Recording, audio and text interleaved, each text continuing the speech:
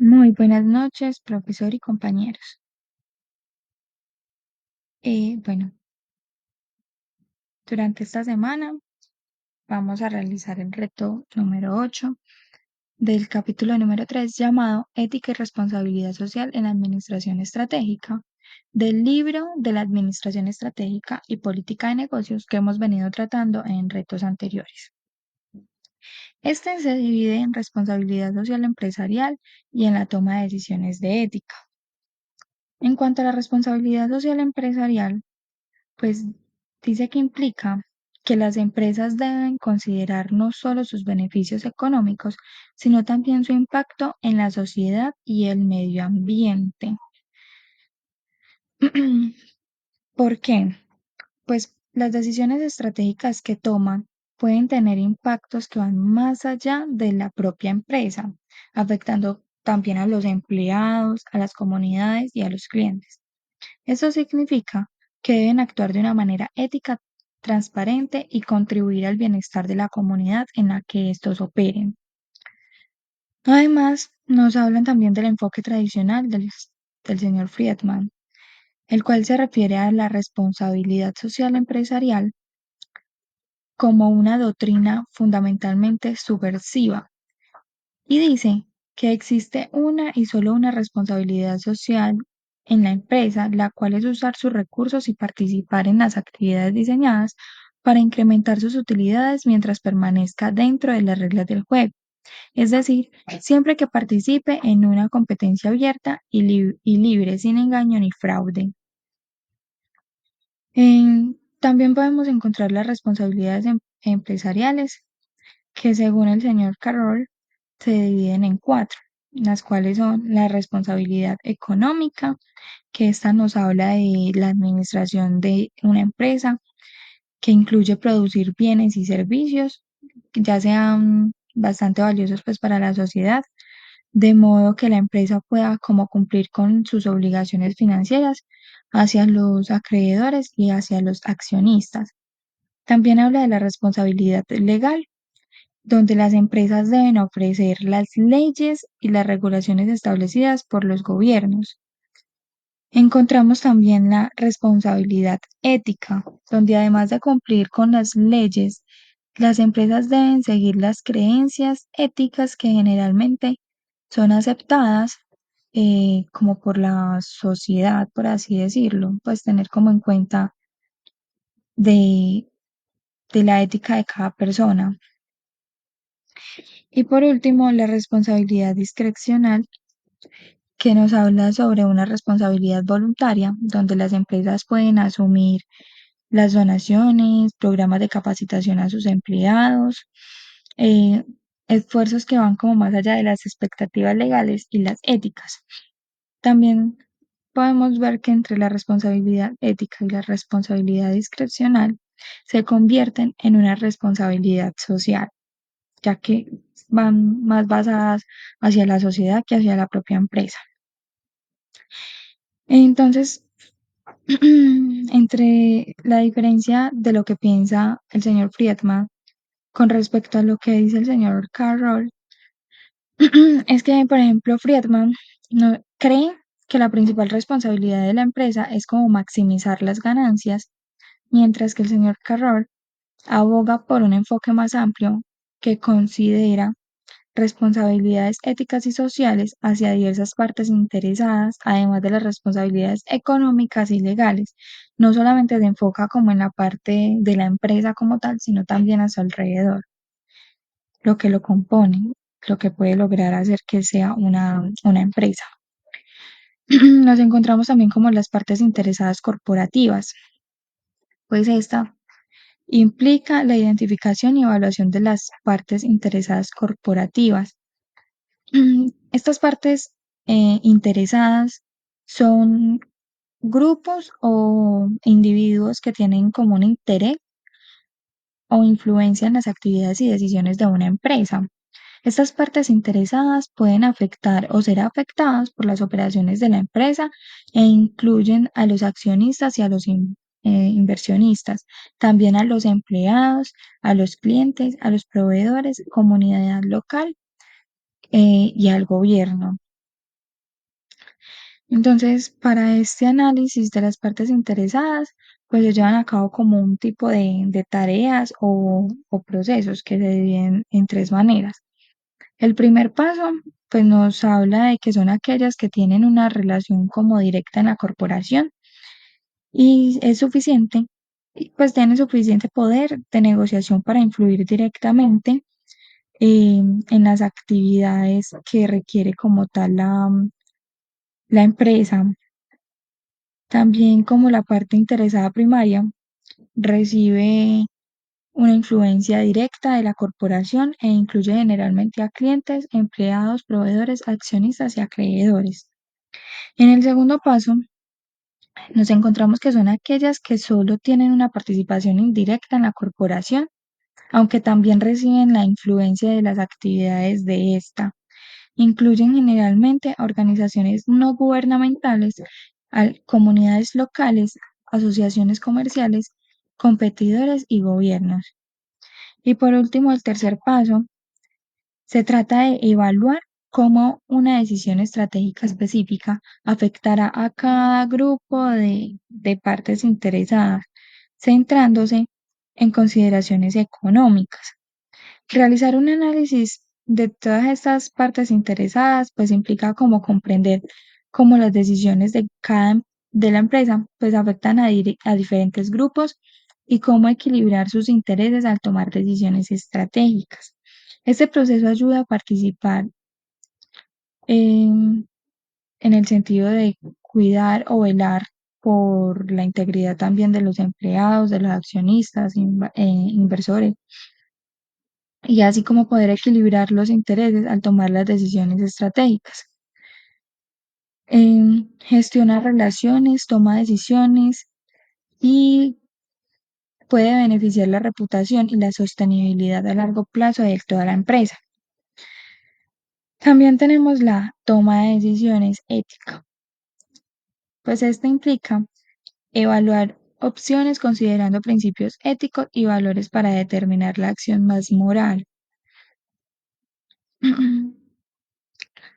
Entonces, en este caso nos dicen que si se sigue una serie de pasos que incluyen identificar el dilema ético, recopilar información relevante, identificar las partes interesadas, evaluar las opciones a la luz de los principios éticos, pues se puede tomar una decisión, actuar y reflexionar sobre todo este proceso. Bueno, entonces este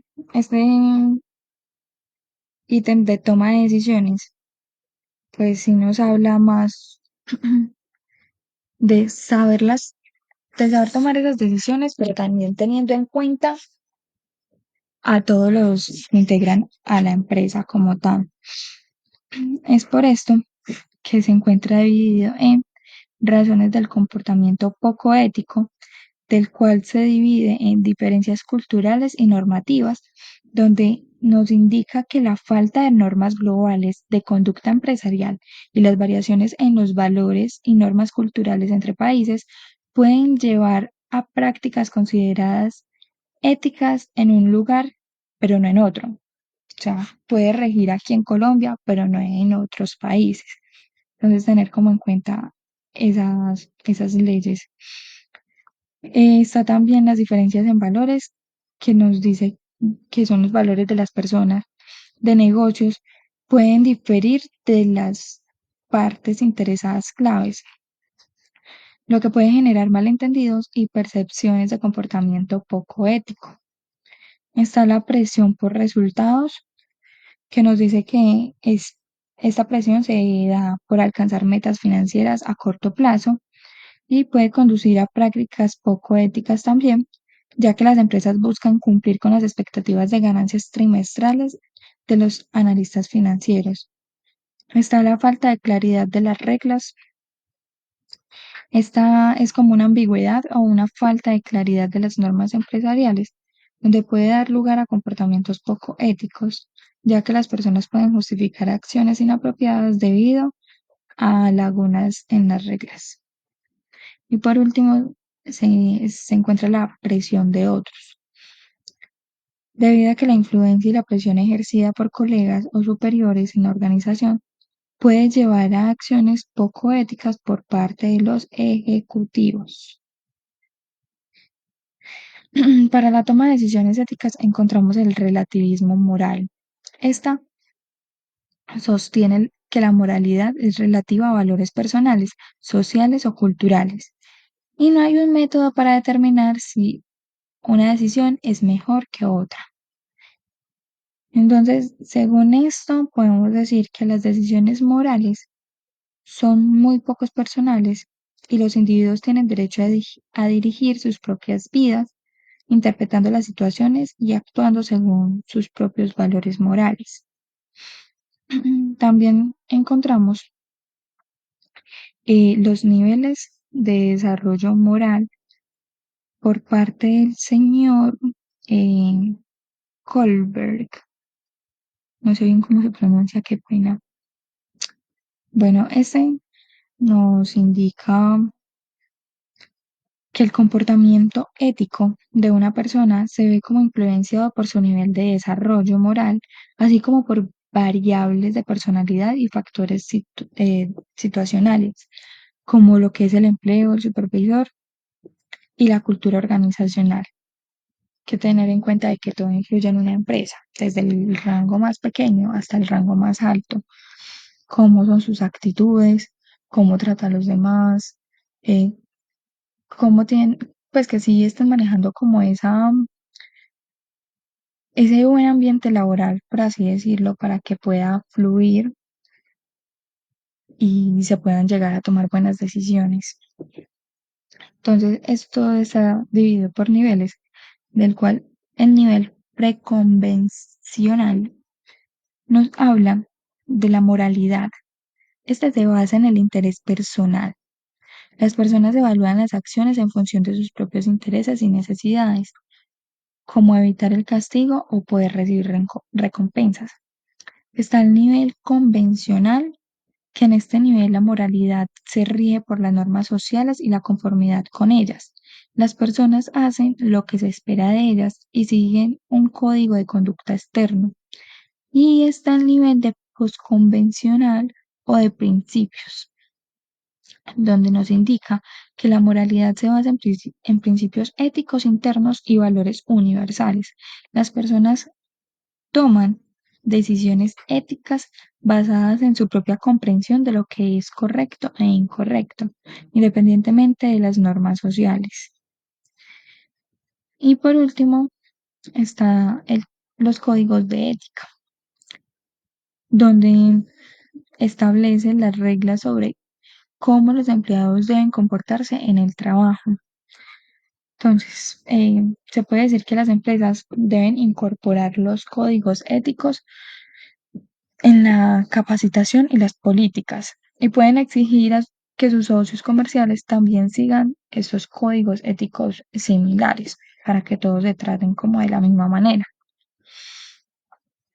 Está basada en directrices para el comportamiento ético, donde nos hablan de que los enfoques principales para guiar ese comportamiento ético en una profesión u ocupación son los enfoques utilitario, perdón, el cual nos dice que sostiene que las acciones y los planes deben ser evaluados por sus consecuencias y donde las personas deben actuar de manera que produzcan el mayor beneficio y el menor daño o costo para la sociedad. Está el enfoque de los derechos individuales, donde el enfoque de los derechos individuales sostiene que todas las personas tienen derechos fundamentales que deben ser respetados en todas las decisiones. Y está el enfoque de la justicia.